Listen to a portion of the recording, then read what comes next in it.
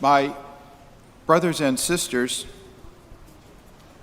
we hear Jesus exclaim out loud today a prayer of thanksgiving and gratitude. He is so grateful to God, the Lord of heaven and earth, for having revealed the kingdom of God in which Jesus is ushering in, not to the learned and the sophisticated, but rather to the little ones, the ones who count for nothing. And in so, that the ones who count for nothing are able to bring the kingdom of God about. It's situated in the context of the coronation of King Solomon, which we hear about in today's first reading from the book of Zechariah, where when Solomon was coronated, and the name Solomon means peaceful one, Solomon is riding in on a donkey that belonged to his father. So everything that belonged to my father is now mine. And this donkey is not a warrior steed. It's an animal of peace. So the one of peace, the son of David, now is riding in on an instrument of peace. And by riding in on an instrument of peace, with creative, nonviolent ways, will drive out all of the instruments of violence in the world, all the horses, all the chariots, all the bows. And that he would bring in this universal kingdom of David. Jesus is saying that this universal kingdom of David is being revealed through me from my Father to you. Jesus calls it the kingdom of God, and it is being revealed to the little ones rather than to the learned. We all know, and Jesus is just so thankful that the learned are not able to see the kingdom of God. For we all know the learned. They are the ones who are unable, for whatever reason, to accept the world as it is, rather than in the way they would like it to be. And in so doing, they create all kinds of explanations. They create all kinds of sources for blame. And they create all kinds of solutions that have nothing to do with their own involvement. Well, thank God the little ones aren't like these.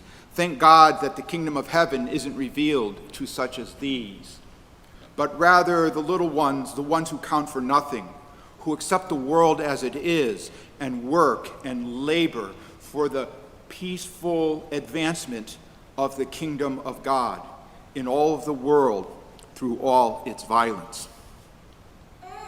This weekend, we remember St. Luke Foundation for Haiti. It's our co-op mission for this year. The second collection is for St. Luke Foundation of Haiti. And this St. Luke Foundation is a native Haitian benevolent organization which both helps those in immediate need and empowers people whose lives are plagued by poverty and its deadly effects, by enabling community development and helping people determine their own future. It's an inspired group of Haitian leaders founded in the year 2000 with the support of their mentor, the passionate father, Rick Frechette. We'll hear a little bit more from him in a moment. St. Luke Foundation provides health care, education, and dignified humanitarian outreach to the least served population of Haiti, with programs that employ more than 1,000 Haitian staff members.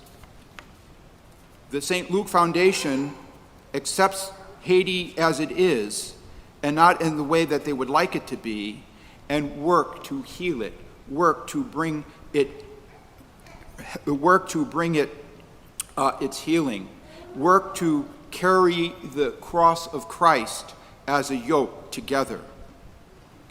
Father Frechette offers this reflection on the St. Luke Foundation for Haiti website as of July 6th, this past week. He says, "Dear friends and family, we found the 5 of them under a mango tree last night, to which we had been led by bandits after a release deal was cut by their families. When Daniel, Raphael, and I were the guarantors of the ransom given by their families would achieve their freedom. This is, in fact, almost never the case until multiple ransoms are paid. It was a dark 10 p.m., made up of many kinds of darkness. One of the kidnapped victims was a priest who I knew by name only, and with him his driver and 3 church women, all kidnapped 2 weeks ago.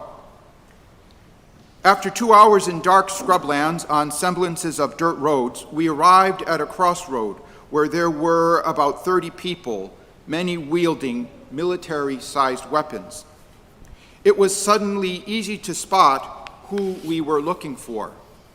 Certainly not by their color, nor by their clothes. They stood out because of their posture, their demeanor. They were defeated, while all the others around them were confident and arrogant.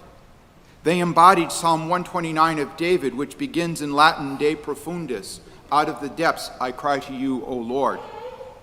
Because that is where I am, O Lord, lost in the depths. I tried to get out of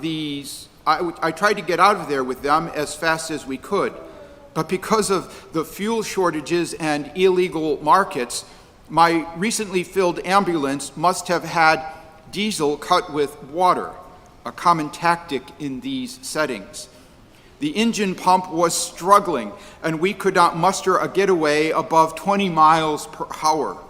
It must have looked comical because the heavily armed bandit with dyed yellow hair thought Raphael just did not know how to drive. "If you want, I will drive you out of here," he offered. Yeah, right. As we drove out of this profundus, in the back of my Toyota ambulance, we started a prayer. Father Marcel began. He prayed for the 50-some people they were still holding there.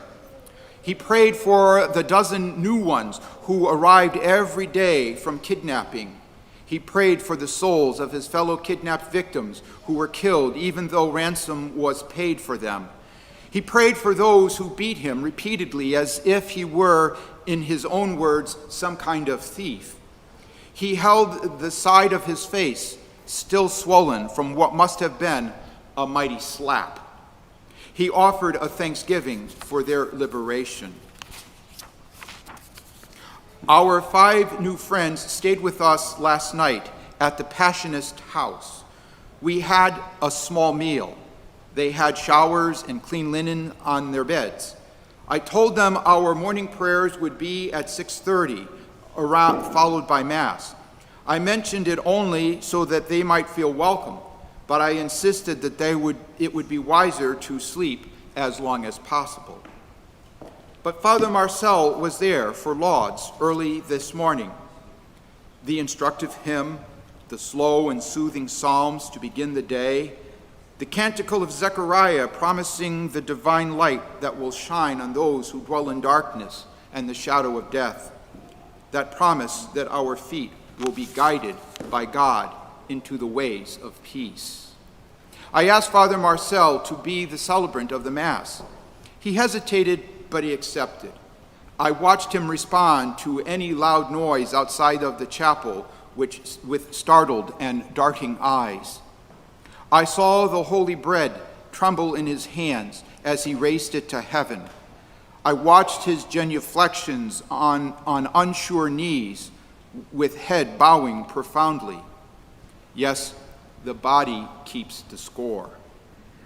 He preferred that I give the daily homily, which I did, but after the final blessing, he addressed the handful of people present, all of whom share the terror of life under gang rule. He said simply that he was kidnapped and did not know how it would end for him. He said he did not know why they had been moved that afternoon, and then again this evening to that mango tree. He said he did not know what the hand of fate was about to deliver to them, what or who they were waiting for. He certainly never guessed he was waiting for a fellow priest. But God gave them freedom, an end to their humiliation, and he thanks God profoundly. I shared his sentiment. Daniel, Raphael, and I took our chances. We could not be sure how it would end for us, if the deal would be honored, or if rather we would be taken for our kidnapping value. I didn't even know who we were looking for except by one name, the name of the priest. I imagined us being duped and given just any 5 people, probably 5 people no one calls for and not worth the bullets. Yes, they are free, and I also thank God profoundly. Let us open our awareness to the dreadful reality of human bondage, for the victims of their liberation, if they are so lucky as to be liberated, if often only the beginning of a long internal nightmare. Psalm 129, although deeply mournful, is one of the songs of ascent. These are 15 psalms sung by pilgrims on their climb to Jerusalem and to the temple. We can see that with Father Marcel, there is certainly possible an internal ascent. We both feel the shows, he both feels and shows an inspired orientation to aim high from the depths of the dredges. But the external ascent, like a pilgrimage, is something we must do together and do outside of ourselves. As we try to heal, change, and build up a peaceful, dignified, and just world order.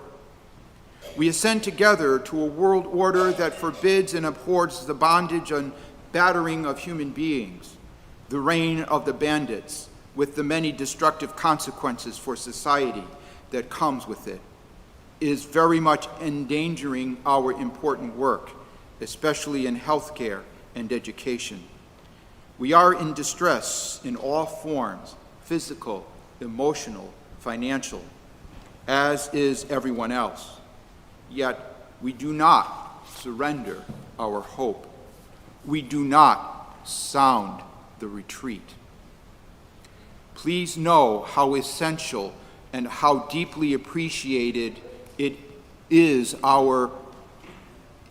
Please know how essential and how deeply appreciated is your every donation to help us, especially in these troubled times.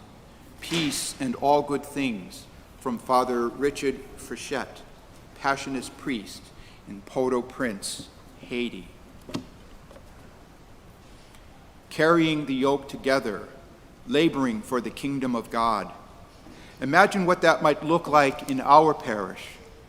Hear how it is, the struggles in Haiti. Yet Jesus offers this promise to the little ones, not to the ones who can explain it away or refuse to look, but to the ones who engage. Come to me, Jesus says, all you who labor and are burdened, and I will give you rest. Take my yoke upon you and learn from me, for I am meek and humble of heart. And you will find rest for yourselves, for my yoke is easy, my burden light.